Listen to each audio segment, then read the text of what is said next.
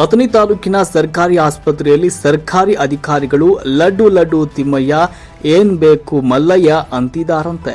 ಕರ್ಮಕಾಂಡ ಭಾಗ 2. ಅಥಣಿ ತಾಲೂಕಿನಲ್ಲಿ ಜನಸಂಖ್ಯೆ ಹೆಚ್ಚು ಇದ್ದು ಅದರ ಮಧ್ಯಭಾಗದಲ್ಲಿ ಬಿಹಾರಿ ಮತ್ತು ದಿಲ್ಲಿ ಹಾಗೆ ಬೇರೆ ಬೇರೆ ರಾಜ್ಯದ ಜನರು ಕೂಡ ದುಡಿಯಲು ಬಂದವರ ಸಂಖ್ಯೆ ಹೆಚ್ಚಿದೆ.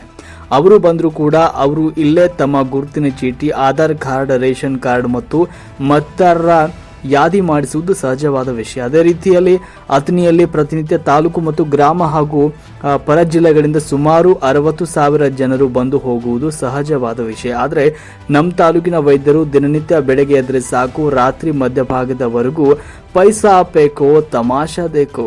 ಹೆಚ್ಚಿನ ಗ್ರಾಮಗಳನ್ನು ಹೊಂದಿದ ತಾಲೂಕು ಇದಾಗಿದ್ದು ಗರ್ಭಿಣಿಯರು ಹಾಗೆ ಅಂಗವಿಕಲರು ನಮ್ಮ ರಾಜ್ಯದ ಚಳಿಗಾಲ ಸಮಯದಲ್ಲಿ ಜನರಿಗೆ ನೆಗಡಿ, ಕೆಮ್ಮು, ಉರಿ, ಚಿಕ್ಕ ಆರೋಗ್ಯ ತಪ್ಪುವುದು ಸಹಜವಾದ ವಿಷಯ.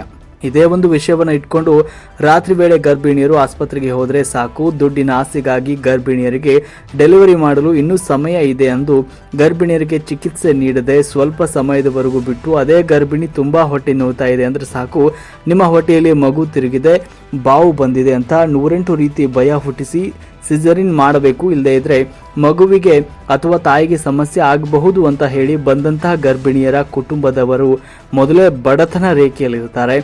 ಅನಸ್ತೇಷಿಯಾ ಮಾಡಲು ಇಂಜೆಕ್ಷನ್ ಇರೋದಿಲ್ಲ ಹಾಗೂ ವೈದ್ಯರು ಕೂಡ ಇರೋದಿಲ್ಲ. ಹೊರಗಿನವರನ್ನ ಕರೆಸಬೇಕು, ಅವರು ರೂಪಾಯಿ 3,000 to 6,000 ಪಡೆದುಕೊಳ್ತಾರೆ ಅಂತ ಸ್ಪಷ್ಟವಾಗಿ ಹೇಳಿಕೊಳ್ತಾರೆ.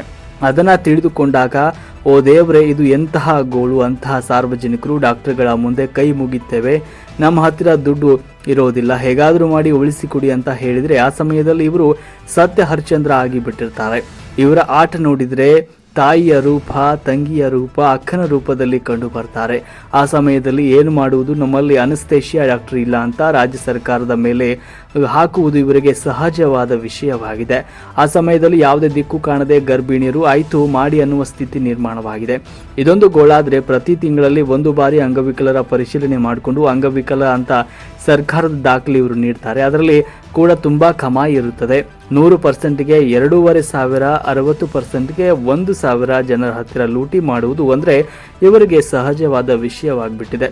ವಿದ್ಯಾರ್ಥಿಗಳು ದಿನನಿತ್ಯ BPL ಕಾರ್ಡ್ ಹಿಡಿದು ಬಂದ ಜನ ಇರಬಹುದು, ಬಡತನ ರೇಖೆಯಲ್ಲಿರುವ ವಿದ್ಯಾರ್ಥಿಗಳಿರ್ಬೋದು, ರಾಜ್ಯ ಮತ್ತು ಕೇಂದ್ರ ಸರ್ಕಾರ ಪ್ರತಿ ವರ್ಷದಂತೆ ಹಲವಾರು ಇಲಾಖೆಯಲ್ಲಿ ಗ್ರಾಮ ಲೆಕ್ಕಾಧಿಕಾರಿಗಳಿರ್ಬೋದು, ಹೀಗೆ ಹಲವಾರು ಇಲಾಖೆಗಳಲ್ಲಿ ಉದ್ಯೋಗ ಕರೆ ಮಾಡಿಕೊಳ್ತಾರೆ. ನಿರುದ್ಯೋಗಿಗಳು ಸರ್ಕಾರಿ ನೌಕರಿಗಾಗಿ ಅರ್ಜಿ ಮೂಲಕ ಕೆಲಸ ಹುಡುಕಲು ಹೋದಾಗ ನಿಮ್ಮ ದಾಖಲೆಗಳನ್ನು ಪ್ರತಿ ಜೆರಾಕ್ಸ್ ಹೊಡೆದು ಅದನ್ನು ಸರ್ಕಾರಿ ಅಥವಾ ನ್ಯಾಯಾಂಗದ ಅಟೆಸ್ಟೆಡ್ ಮಾಡಿಕೊಂಡು ಬನ್ನಿ ಅಂತ ಅನ್ನುವುದು ಸಹಜವಾದ ವಿಷಯವಾಗಿದೆ. ಆದರೆ ಒಂದು ವಿಷಯ ಇಟ್ಕೊಂಡು ಅಟೆಸ್ಟೆಡ್ ಮಾಡೋದಕ್ಕೆ ನಿರುದ್ಯೋಗಿಗಳಿಗೆ ಸಹ ದುಡ್ಡು ಪಿಕ್ತಾರೆ. ಹಿಂದೆ ಒಂದು ಬಾರಿ ನಾವು ಇದೇ ತಾಲೂಕಿನ ವೈದ್ಯರ ಬಗ್ಗೆ ಸುಮಾರು ಸಾರ್ವಜನಿಕರು ಮಾತನಾಡಿದ ವಿಷಯವನ್ನು ಹಾಕಿಕೊಂಡಿದ್ದೇವೆ. ಇದರಿಂದ ಇವರು ಎಚ್ಚೆತ್ತುಕೊಳ್ತಾರೆ ಅಂತ ತಿಳಿದುಕೊಂಡ್ರೆ ಮತ್ತು ತಾಲೂಕಿನ ವೈದ್ಯರು ಕೈ ಚಾಲಾಕಿತನ ಬುದ್ಧಿ ಬಿಡ್ತಾ ಇಲ್ಲ. ಈ ಸಂಪೂರ್ಣ ವಿಷಯಗಳನ್ನು ನಾವು ತಿಳಿದುಕೊಂಡಾಗ ಇವರಿಗೆ ಯಾವುದೇ ರೀತಿಯ ಭಯ ಇರುವುದಿಲ್ಲ.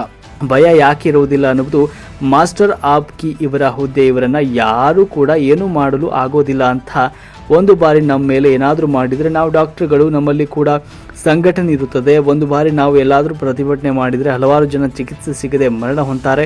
ಸಮಾಜಮುಖಿ ಕೆಲಸ ಮಾಡುವುದು ಸಮಾಜ ಸೇವಕರ ಮೇಲೆ ನಾವು ನಿಷ್ಠಾವಂತರು, ರಾತ್ರಿವರೆಗೆ ನಿದ್ದೆ ಇಲ್ಲದೆ ಹಲವಾರು ಜನರಿಗೆ ಚಿಕಿತ್ಸೆ ನೀಡುತ್ತೇವೆ. ನಮ್ಮ ಮೇಲೆ ಸುಳ್ಳು ಆರೋಪ ಹಾಕ್ತಿದ್ದಾರೆ, ನಮ್ಮ ಮೇಲೆ ಹಲ್ಲೆಗೆ ಯತ್ನಿಸಿದ್ದಾರೆ, ಅವಾಚ್ಯ ಶಬ್ದಗಳಿಂದ ನಿಂದಿಸ್ತಾರೆ ಅಂದುಕೊಂಡು ಪೊಲೀಸ್ ಠಾಣೆಯಲ್ಲಿ ದೂರು ಕೊಡುವುದು ಮತ್ತು ಶಾಸಕರಿಗೆ ಮನವಿ ಕೊಡುವುದು ಆಟದ ಗೊಂಬೆ ಮಾಡಿಕೊಂಡಿದ್ದಾರೆ. ಒಂದು ಬಾರಿ ಇದನ್ನು ನೋಡಿದರೆ ಇವರು ವೈದ್ಯರು ಅಥವಾ ಬ್ಲಾಕ್ ಮೇಲ್ ಮಾಡುವ ಅಧಿಕಾರಿಗಳು ಅನ್ನುವ ಪ್ರಶ್ನೆ ಜನರಲ್ಲಿ ಮೂಡ್ತಾ ಇದೆ.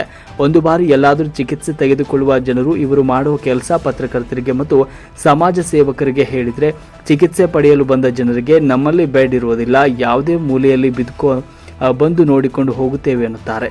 ಆಗ ಹೀಗೆ ಸರ್ ಅಂದರೆ ನೀನು ನಮ್ಮ ಮೇಲೆ ಆರೋಪ ಮಾಡುತ್ತಿ, ನಿನಗೆ ಇದು ಶಿಕ್ಷೆ ಅನ್ನುತ್ತಾರೆ. ಈ ತಾಲೂಕು ಡಾಕ್ಟರ್ ಹೇಗೆ ಅಂದರೆ ನಾವೇನು ಮಾಡುತ್ತೇವೋ ಅದೇ ಸತ್ಯ ಅಂತ ಜನರಿಗೆ ಮೋಸ ಮಾಡ್ತಿದ್ದಾರೆ.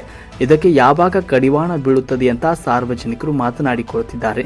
ಮತ್ತಷ್ಟು ಸುದ್ದಿ ಮುಂದಿನ ಸಂಚಿಕೆಯಲ್ಲಿ ಕಾದು ನೋಡಿ.